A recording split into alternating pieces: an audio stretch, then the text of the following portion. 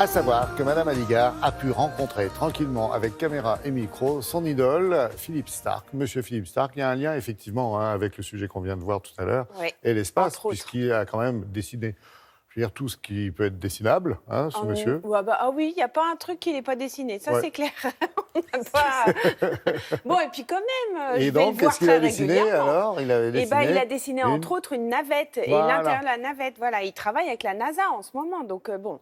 Alors, c'est le boss. Pourquoi je suis allée voir le boss? D'ailleurs, je pourrais aller voir tous les jours le boss, parce que tous les jours, il sort quelque chose. C'est incroyable. Grosso modo, il n'y a pas un domaine dans notre vie, dans la vie de tous les jours, dans la décoration, dans le design pur objet, dans les lunettes, partout. L'espace, on l'a dit, il n'y a pas l'intelligence artificielle. Philippe Starck est partout, mais c'est-à-dire qu'il n'est pas partout n'importe comment.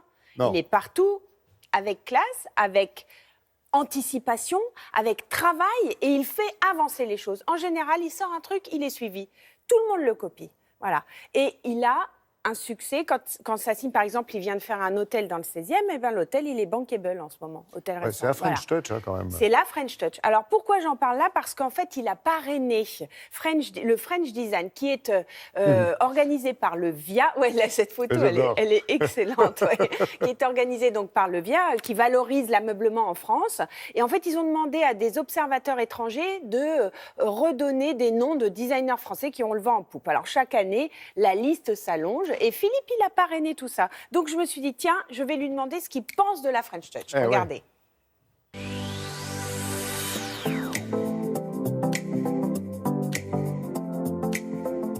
Quel est le secret du style français qui, maintenant qu'il est clairement reconnu à l'étranger, s'appelle The French Touch?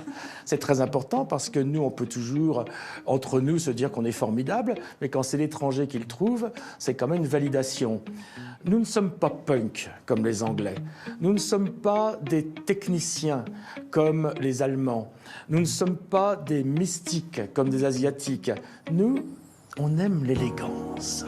L'élégance dans tout. Pas l'élégance vestimentaire, bien qu'aussi, mais l'élégance dans l'ingénierie, dans l'aviation, dans la médecine. Autrement dit, nous sommes des gens, qui réfléchissons élégamment.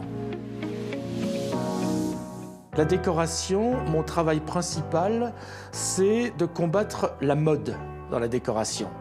Parce qu'il n'y a aucune raison qu'un restaurant, un hôtel soit à la mode. C'est idiot. Nous ne voulons pas des vies à la mode, on veut des vraies vies.